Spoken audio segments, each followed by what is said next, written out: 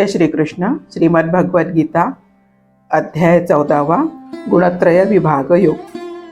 श्री भगवान म्हणाले, ज्ञानांतीलही अतिउत्तम ते परमज्ञान मी तुला पुन्हा सांगतो की जे जाणल्याने सर्व मुनिजन या संसारातून मुक्त होऊन परमसिद्धी पावले आहेत.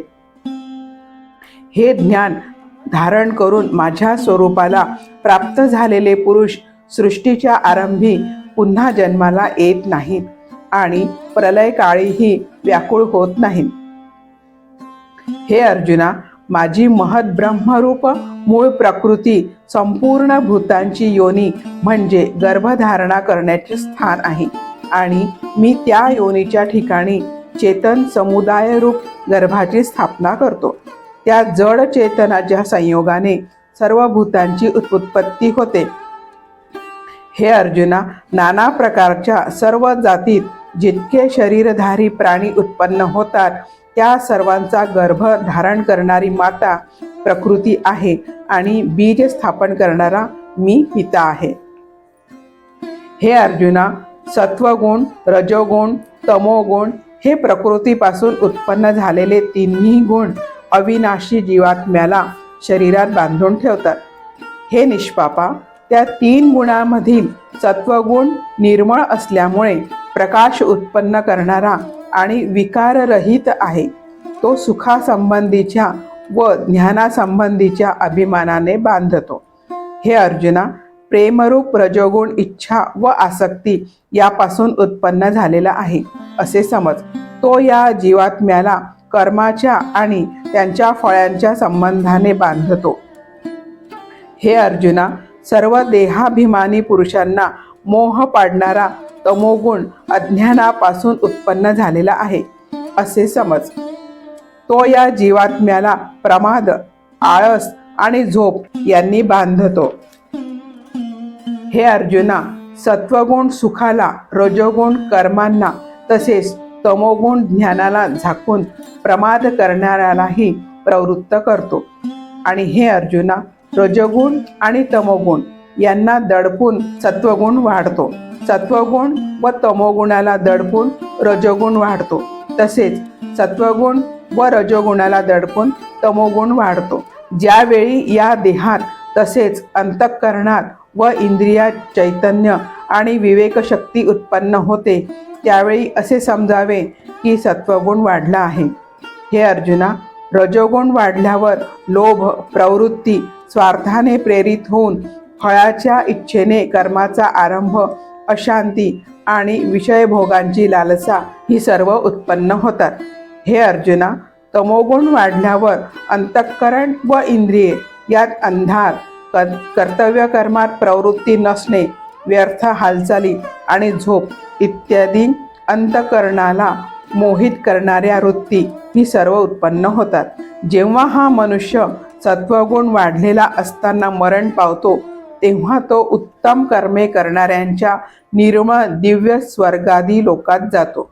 रजोगुण वाढलेला असता मरण पावल्यास कर्माची आसक्ती असणाऱ्या मनुष्यात जन्मतो. तसेच तमोगुण वाढला असता मेलेला माणूस किडा, पशु, पक्षी इत्यादी मूढ जातीत जन्मतो. श्रेष्ठ सात्विक कर्माचे सात्विक अर्थात सुख, ज्ञान आणि वैराग्य इत्यादी निर्मळ फळ सांगितले आहे. राजस कर्माचे फळ दुःख तसेच तामस कर्माचे फळ अज्ञान सांगितले आहे. सत्वगुणांपासून ज्ञान उत्पन्न होते. रजोगुणापासून निसंशय लोभ आणि तमोगुणापासून प्रमाद आणि मोह उत्पन्न होतात आणि अज्ञानही उत्पन्न होते. सत्वगुणात असलेले पुरुष स्वर्गादी उच्च लोकांना जातात. रजोगुणात असलेले पुरुष मध्य लोकात म्हणजे मनुष्य लोकातच राहतात आणि तमोगुणाचे कार्य असलेल्या निद्रा, प्रमाद आणि आळस इत्यादीत रत असलेले तामसी पुरुष अधोगतीला अर्थात कीटक, पशु इत्यादी नीच जातीत तसेच नरकात जातात. ज्यावेळी द्रष्टा तिन्ही गुणांशिवाय दुसरा कोणीही करता नाही असे पाहतो आणि तिन्ही गुणांच्या अत्यंत पलीकडे असणाऱ्या सच्चिदानंद घन स्वरूप मला परमात्म्याला तत्वतः जाणतो त्यावेळी तो माझ्या स्वरूपाला प्राप्त होतो.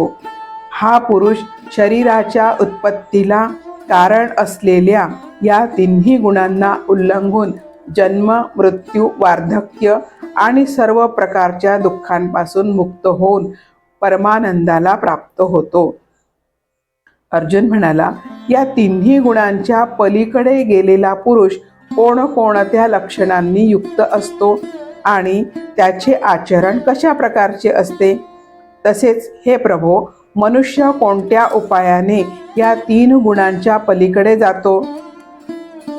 श्री भगवान म्हणाले, हे अर्जुना, जो पुरुष सत्वगुणाचे कार्यरूप प्रकाश, रजगुणाचे कार्यरूप प्रवृत्ती आणि तमोगुणाचे कार्यरूप मोह ही प्राप्त झाली असता त्यांचा विषाद मानत नाही आणि प्राप्त झाली नाही तरी त्यांची इच्छा करीत नाही, जो साक्षीरूप राहून गुणांकडून विचलित केला जाऊ शकत नाही आणि गुणच गुणात वावरत आहेत असे समजून जो सच्चिदानंद घन परमात्म्यात एकरूप राहतो व त्या स्थितीपासून कधी ढळत नाही, जो पुरुष निरंतर आत्मभावात राहून सुखदुःख समान मानतो, माती, दगड आणि सोने यांना सारखेच मानतो, ज्याला आवडती व नावडती गोष्ट सारखीच वाटते, जो ज्ञानी आहे आणि स्वतःची निंदा व स्तुती ज्याला समान वाटतात, जो मान व अपमान सारखेच मानतो, ज्याची मित्र व शत्रू या दोघांविषयी समान वृत्ती असते, तसेच सर्व कार्यात ज्याला मी करणारा हा अभिमान नसतो त्याला गुणातीत म्हणतात. आणि जो पुरुष अव्यभिचारी भक्तियोगाने मला निरंतर भजतो तो सुद्धा या तिन्ही गुणांना पूर्णपणे उल्लंघून सच्चिदानंद घन ब्रह्माला प्राप्त होण्यास योग्य ठरतो. कारण त्या अविनाशी परब्रह्माचा, अमृताचा, नित्य धर्माचा आणि अखंड एकरस आनंदाचा आश्रय मी आहे. जय श्री कृष्ण.